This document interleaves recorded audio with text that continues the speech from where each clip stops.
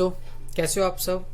आज अपन लेकर आए हैं आपके लिए ये अपनी एक्सरसाइज 11.4 से एग्जाम्पल नंबर 7। ठीक है, देखिए आकृति के अनुसार एक त्रिभुज एबीसी की भुजा, ठीक है, एसी के समांतर, ये एबीसी की भुजा है एसी, इसके समांतर रेखाखंड पी क्यू उसकी भुजा ए बी और एसी को इस प्रकार विभाजित करता है कि बीपी अपॉन बी ए, ये बीपी अपॉन बी ए क्या हो जाएगा, बराबर 1√2। तो सिद्ध कीजिए कि रेखाखंड पी क्यू ये वाला त्रिभुज एबीसी को समान क्षेत्रफल में विभाजित करती है। ठीक है, इस चीज को अपन को सिद्ध करना है। तो चलो आप करते हैं सिद्ध, सॉल्यूशन स्टार्ट करते हैं। सबसे पहले मैं लिख रहा हूं दिया क्या है कि भुजा एसी के समांतर रेखाखंड पी क्यू, तो मैं लिख रहा हूं कि एसी समांतर पी क्यू लिख दिया।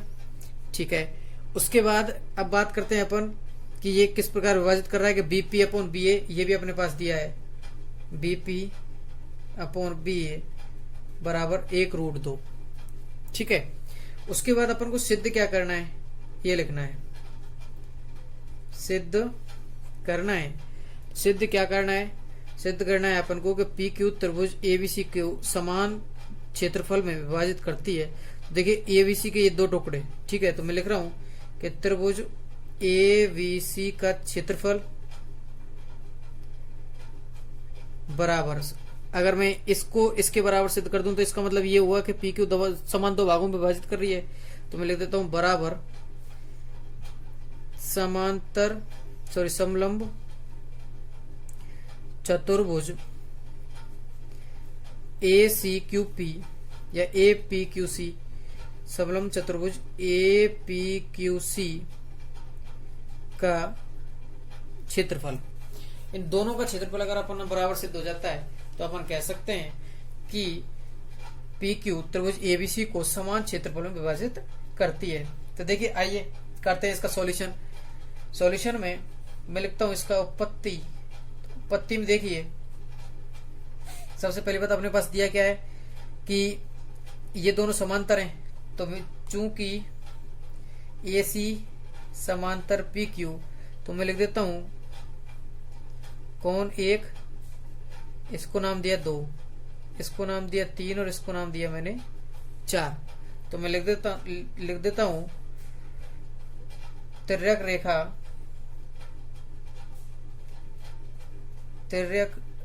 रेखा ये एपी, तिर्यक रेखा एपी के लिए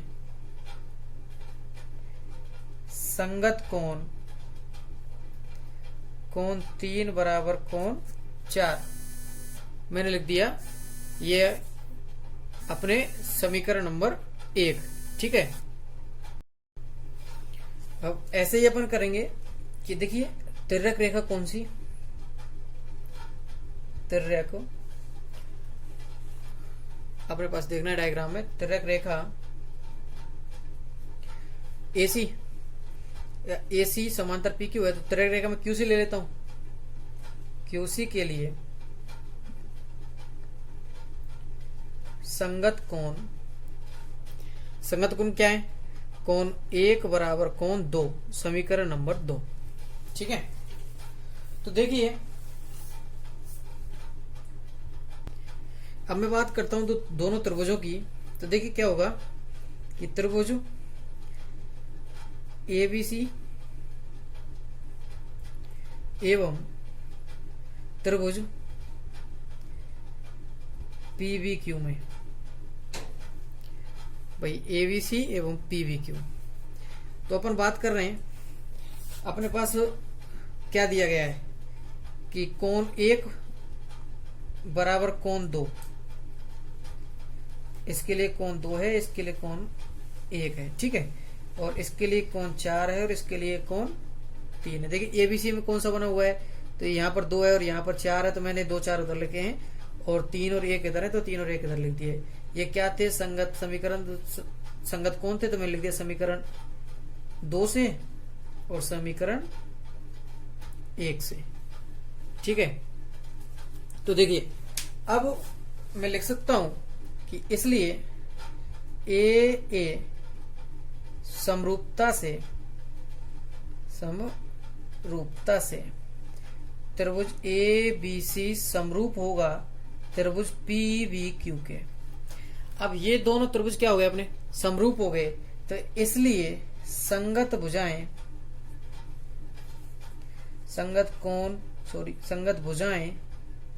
समानुपाती। अच्छा, तो देखिए मैं लिखता हूं इनका अनुपात अपने पास क्या होगा, जैसे मैं ए बी अपॉन इसके लिए बीपी बराबर ए सी, इसके लिए पी क्यू, बी सी इसके लिए वी क्यू। ठीक है, अपन ने लिख दिए। अच्छा, अब अपन देखते हैं कि इनकी जो तुलना है अपन करते हैं समरूप त्रिभुजों में, जो क्षेत्रफल प्रमेय है, अपनी क्षेत्रफल प्रमेय से अपनी जो अपन ने पढ़ी है अभी जस्ट पहले, दिए गए दो समरूप त्रिभुजों में उनके क्षेत्रफलों का अनुपात उनकी संगत भुजाओं के वर्गों के अनुपात में होता है। तो ठीक है, तो उस हिसाब से मैं लिख रहा हूं कि क्षेत्रफल प्रमेय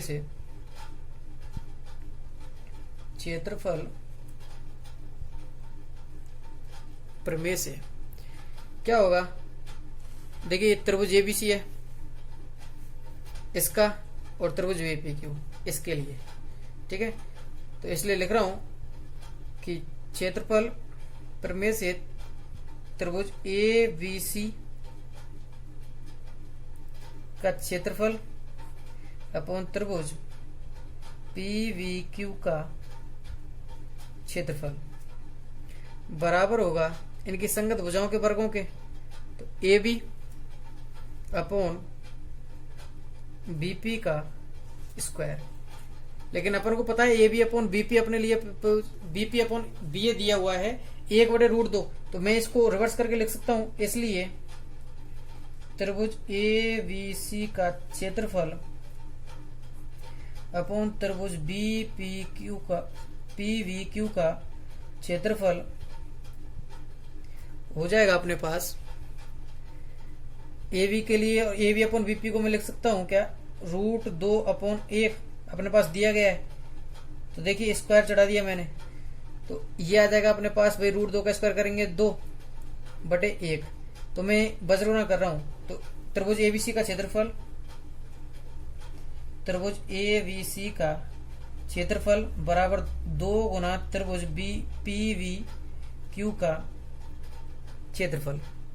ठीक है, ये अपने पास आ गया पीवी क्यू का क्षेत्रफल से दोगुना क्या होगा, त्रिभुज ए बी सी का क्षेत्रफल होगा। ठीक है, तो चलो आओ करते हैं।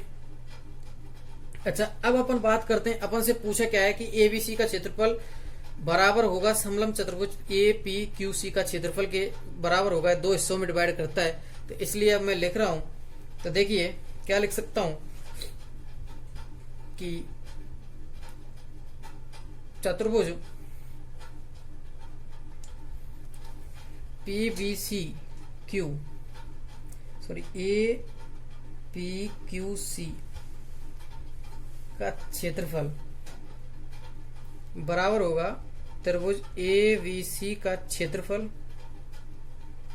मैं इसको समीकरण नंबर 3 दे देता हूं। ठीक है, क्षेत्रफल माइनस त्रिभुज पी वी क्यू का क्षेत्रफल।